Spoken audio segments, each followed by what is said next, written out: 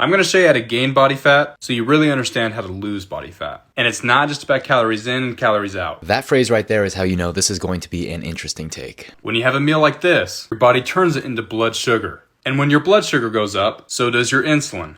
And insulin is that key that will tell you where to place that blood sugar. We want to focus on this hormone insulin. When you eat carbs, your cells like to use them for energy, but for those carbs to get into the cell, you need insulin. It comes along and essentially opens up the gate so that the carbs can go from the blood into the cell. This is why a type 1 diabetic who doesn't take insulin can eat thousands of calories a day and not gain weight. This is actually true, and it's why someone who has newly undiagnosed type 1 diabetes and hasn't started insulin therapy, they can lose a ton of weight because all of the calories they're eating from carbohydrates aren't able to enter their cells. Because of this, the body thinks that it's being starved of glucose and there's extreme hunger, so you end up wanting to eat more despite losing more weight. This leads to extremely high blood sugar, high blood pressure, and kidney damage.